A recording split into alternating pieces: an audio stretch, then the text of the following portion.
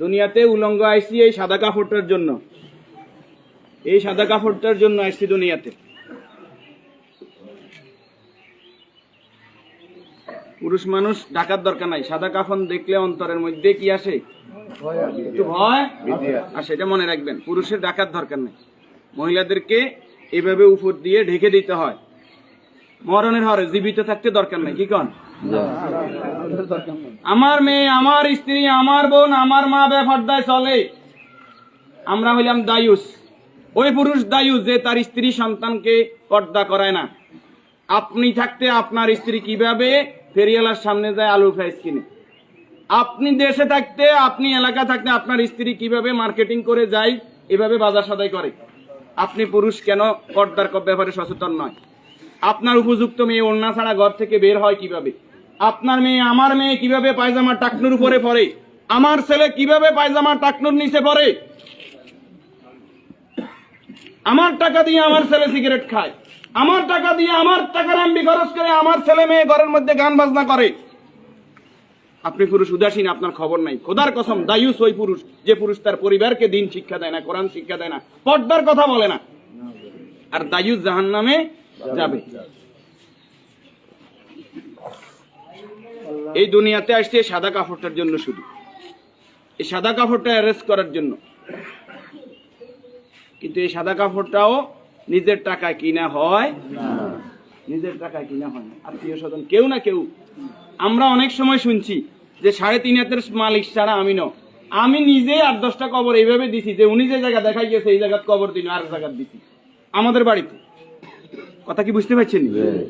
উনি যে জায়গা দেখাই গেছে ওই জায়গায় দিতে পারি নাই বিভিন্ন কারণে। ওই জায়গার মধ্যে হয়তো পুরান কবর পড়ছে, অথবা ওই জায়গার মধ্যে খাদ গর্ত বেশি, পানি হয়ে গেছে।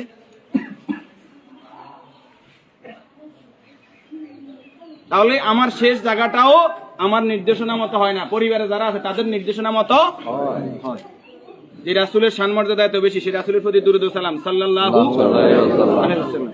সম্মানিত উপস্থিতি, আল্লাহরই গোলাম চেহারাতে বলতেছে অবশ্যই নেককার পরেজগার ছিল। আল্লাহ তাআলা ওনার জীবনের গুনাহগুলো মাফ করে দেন, আমিন। যে নেক আমলগুলো করেছে, দান সাদাকা করেছে, এর বদৌলতে কবর, হাসর, মিজান, ফুলসিরাত আল্লাহ কি করে দেখ, মাফ করে দেখ।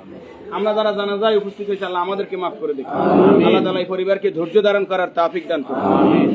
40 জন জানাজাতে কাদেরকে উপস্থিত করাইবেন? আমাদের কত বলবো, বলতে আর বলতে মনে চায় না। সব জানেন কিন্তু আমল নাই।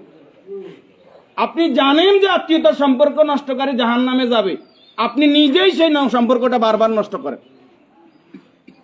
আপনি জানেন যে আগে সালাম দিতে হবে, আপনি সালাম দেন না। আপনি জানেন যে নিজের জন্য যেটা ভালো মনে করি অপরের জন্য সেটা ভালো মনে না করলে আমি ইমানদার নয়। আপনি জানেন প্রতিবেশীর হক নষ্ট করলে ইমানদার নয়। কই নাই, সব শুধু জানি, আমল করি না। আমাদের মাঝ থেকে আমলটা দূরে সরে গেছে। এই নেককার গোলাম জানাজাতে নামাজি ফরেজগার লোক, শিরিক মুক্ত লোক, আপনার দৃষ্টিতে যিনি শিরিক মুক্ত, এরকম 40 জন লোক যদি দোয়া করে আল্লাহ তাআলা ওই দোয়া কি করে? কবুল করে। 40 জন হাইবেন, আইতেন না। উনি নামাজি ফরেজগার, উনি হয়তো আপনি মনে করেন যে মাজারে সেজদা দেন শুধু কবিরা গুনাহ, মাজারে সেজদা দেন বুঝি শিরক। শনিবার মঙ্গলবার কি শিরক না? শনিবার মঙ্গলবার হিসাব করা শিরক না নি? শিরক, এটাও শিরক। এই যে জাদু টোনা করা, এটা কি শিরক না নি? গণকের কাছে যাওয়া, বান্দর গনাইতে যায়, মানুষ গনাইতে যায়, চুরি করছে কে, আনা চাইতে যায়, এগুলো সবগুলো কি বড় শিরক? যেটা জনগণ সকল ক্ষমতার উৎস, ঠিক না নি? জনগণ সকল ক্ষমতার উৎস, সকল ক্ষমতার মালিক কে? তো যেই দল, যেই সংগঠন, যেই রাজনীতি আমাকে বলে জনগণ সকল ক্ষমতার উৎস, এই রাজনীতি করা কি শিরক না? এই জিনিসটা কেন বুঝি না আমরা?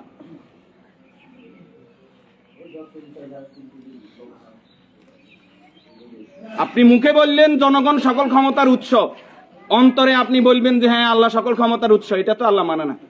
মুখে যেটা বলতে হবে অন্তরে এক থাকতে হবে। তাহলে সকল ক্ষমতার মালিক কে? আল্লাহ। আর যারা রাষ্ট্র ক্ষমতায় গিয়ে, একজন মুমিন ইসলামী রাষ্ট্র ব্যবস্থার বাইরে যাওয়ার কোনো সুযোগ নাই। যদি আওয়ামী লীগ আবার তওবা ইস্তেগফার করি আই কয় যে আমরা আল্লাহর আইন অনুযায়ী রাষ্ট্র চালাইম, আমরা কইম আলহামদুলিল্লাহ। বিএনপি যদি কালকে বলে যে আমরা রাষ্ট্র চালাইম আল্লাহর আইন অনুযায়ী, কোরআনের আইন দিয়ে রাষ্ট্র চলবে, সৎ নামাজি ফরেজগার লোকরা চেয়ারম্যান মেম্বার হইব, তাকওয়াবান হইব, আমরা বিএনপির সাথে আছি, বিএনপি কে ভোট দেব। যদি জামাত ইসলামী বলে আমরা আল্লাহর আইন দিয়ে রাষ্ট্র চালাইবো, কোরআন চালাইবো, দেশ তাকওয়ার ভিত্তিতে চলবে, রাসূল যেভাবে চালাইবে আমরা তাদেরকে ভোট দিব। যদি চরমরাই বলে তাদেরকে ভোট দিব। আমাদের ব্যক্তিগত কারো কোনো আরস নাই। আমরা এই জমিন আল্লাহর, এই জমিনে আইন চলবে কার? এবার যেই আসুক এই তকমা নিয়ে আমরা তাদের সাথে আছি। রাজি আছেন? আল্লাহ তাআলা আমাদেরকে কবুল করুক। সম্মানিত উপস্থিতি, এই মুহূর্তে